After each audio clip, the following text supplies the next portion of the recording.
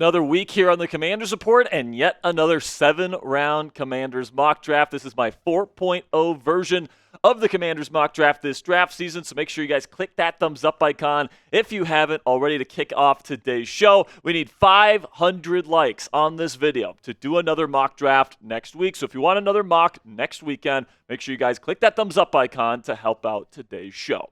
So if you've been watching our mock draft series here over the last several weeks, you guys know that my rule this offseason for these mock drafts is to have no repeat players from these mocks. And the reason for that, guys, is because I don't want to talk about the same players over and over and over again. I want to put new players in front of you guys every single week, and certain players that I think will work with the Washington Commanders so I can put as many top NFL draft prospects in front of you as I possibly can so you guys can be knowledgeable on as many NFL draft prospects that the Commanders could be targeting. So first up here, we will stay put in round 1 here, and we will stick and pick at edge rusher James Pearce Jr., the edge rusher out of Tennessee. Now, in my opinion, guys, Pearce is a top 3 edge rusher in this class. He has a myriad of different ways that he can beat you. For somebody that's only 245 pounds, he's got a lot of power to his profile. He can win with his hand fighting ability as well. He also has really good bend around the edge, so he can win with speed. I think that Pearce is somebody that, maybe isn't the best run defender in the world, but that's not really what the Commanders need. They got Cleveland Ferrell and Dorrance Armstrong, 2 really good run defending edges. Now they need a pass rushing specialist and a true number 1. And if Pearce falls out of the top 28 picks here, I think that he could be a slam dunk home run for the Washington Commanders. And this is really the reason why I think that he could fall to the Washington Commanders at number 29. He's got some personality red flags. There are some reports out of Tennessee that he's not the best teammate, that he doesn't have the greatest work ethic, that he can be not the nicest person to his teammates, and he can be a little bit of a jerk. And, if teams, go through the interview process here, and there's a lot of really good edge rusher prospects in this year's draft class. I mean, could we see teams go for Shamar Stewart? Could we see teams go for Mike Green? Could we see teams go for Mykel Williams out of Georgia before James Pearce goes off the board? I absolutely think that it is possible for James Pearce Jr. to come off the board at number 29 to the Washington Commanders. Somebody's going to fall to this point in the first round, and the person that I'm hoping falls to this point is Mr. James Pearce Jr., who I think could be this team's number 1 edge rusher right away. That is, if you believe in the person. Now, hold on here, guys. My phone is ringing, all right? And the team that is calling me right now is the New England Patriots, all right? And the Patriots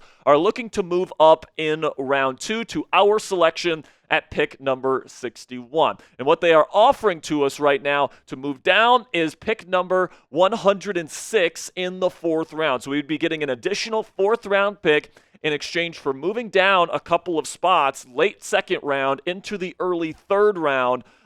So what do you guys think about this trade right here, guys? Do you think the Commanders would take this if the Patriots end up calling them for pick number 61? Type A if you would accept it, or D if you would decline it. This is going to be the pinned comment on today's show, so YouTube's going to throw you an ad break here in just a couple of seconds. When that happens, take advantage of that time, but let me know if you're accepting or declining this trade down scenario. But for now, I'm going to say that I accept that trade down scenario here, and the next pick for the Washington Commanders is near the top of round 3 at pick number 69. Very nice. And we are going to take Xavier Watts, the safety, out of Notre Dame. Now, Watts is somebody that I absolutely fell in love with, being a fan of the Notre Dame Fighting Irish. This is somebody that was a team captain, somebody that's excellent in man coverage. He's got some really nice versatility. He can play in the slot. He can play in the box. He can play at free safety if you need him to.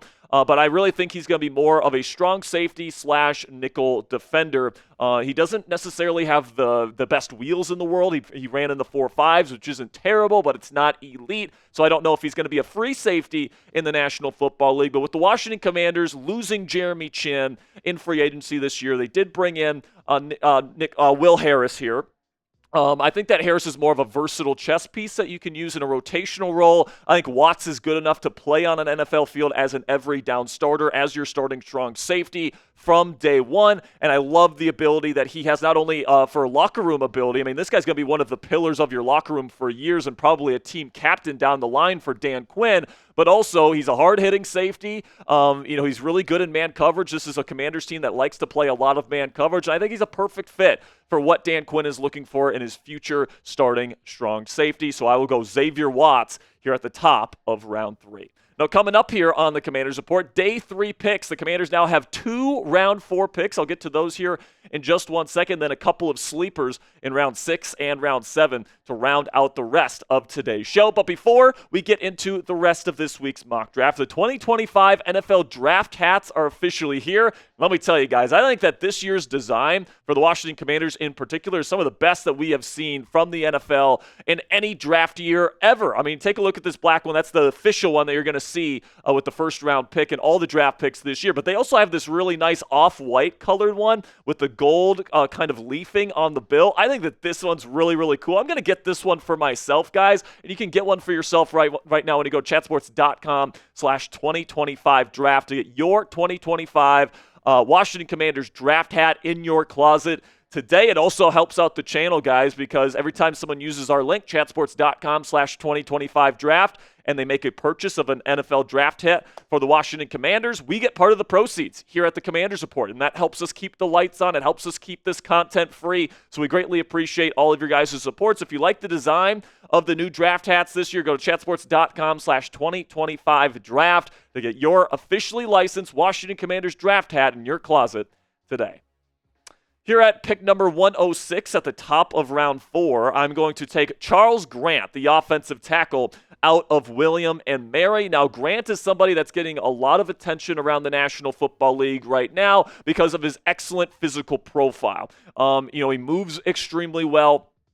He's got really long arms. He's got some really dominant film at William and Mary, obviously playing against lower level competition. Now, he does play a little bit high, which is why maybe he might fall a little bit, but he's got the physical tools to be a potential future left tackle in the National Football League. Now, when it comes to where he would play for the Washington Commanders year 1, I think that he would have a chance to maybe be your starting right tackle if he beats out Brandon Coleman for that spot and also Andrew Wiley. But I also think that he could really benefit from learning from Laramie Tunsil, who's one of the best left tackles in all of football for a couple of years before eventually taking over, because I do think Grant has the physical profile of a future left tackle. And, Tunsil's not getting any younger, guys. It's great that he's here now, but you need a plan for the future. I think if Charles Grant is there at the top of round 4, that would be a slam dunk pick. And speaking of slam dunk round 4 picks, I'm going to take Kyle Williams, the wide receiver out of Washington State. Now, my draft comp for Kyle Williams is that he's a faster version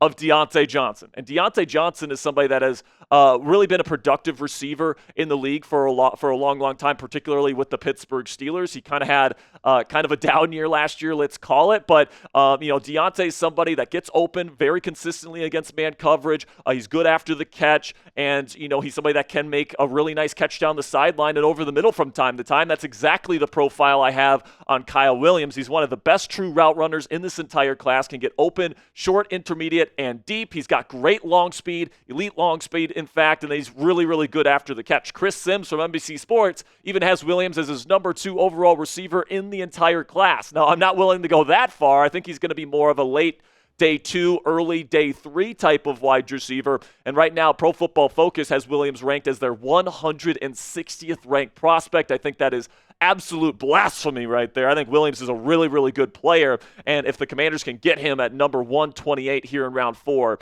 you're getting a starting level wide receiver on day 1, in my opinion, and a potential number 1 receiving option down the line that can build chemistry with Jaden Daniels while they're both on their rookie contract. So love that pick. Then in round 6, I'm going to take an inside linebacker to learn from Bobby Wagner and hopefully take over for him someday, and Sean Dolak out of Buffalo. And this guy's film is some of the most fun film you're going to find. I just got around to his film just a couple days ago, and Dolak is so much fun, man. Like, you go through all these day 3 linebackers, and you're like, this guy stinks, this guy stinks, this guy stinks. And even though Dolak played against a lower level of competition, he was all over the place, man. Plays with really, really great instincts, great zone eyes. He can force fumbles. He can grab interceptions. He's got a little bit of ball skills to him. He's a really solid tackler. He flies all over the yard. Now, he's a little bit undersized, But I think that, that's not really going to affect him too much because of the way that he plays so smart. He's always in the right position, and he's a really solid tackler for his size and frame. So I think that he will go on day 3. I think that he's one of my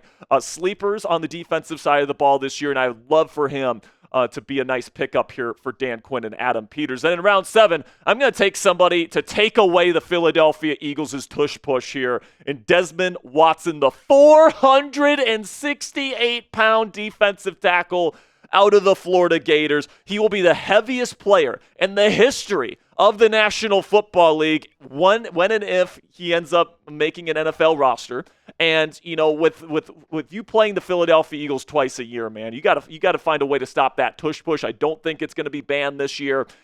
Desmond Watson's the type of guy where you put that 468-pounder at zero technique when you know the Eagles are going to be running that tush push, and you just say, go push somebody, Desmond. All right, and also, it'd be kind of fun to see him as kind of like a giant fullback. I mean, come on now, that would be so much fun to have this kind of player on the Commanders roster, and there is a function to him because of all the tush pushes that this team is going to see twice a year when they play the reigning Super Bowl champions in the Philadelphia Eagles. So here's my mock 5.0 for the Washington Commanders, and I kind of like it here. You got James Pearce Jr. as a potential number 1 edge rusher of the future in round 1. You trade down and still get Xavier Watts out of Notre Dame. You get Charles Grant out of William & Mary.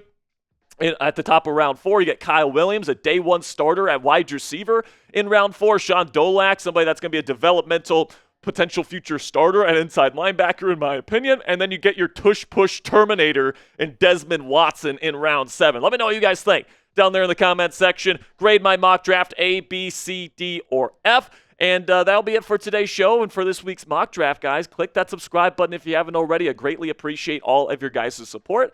Until next time, guys, go raise some hail.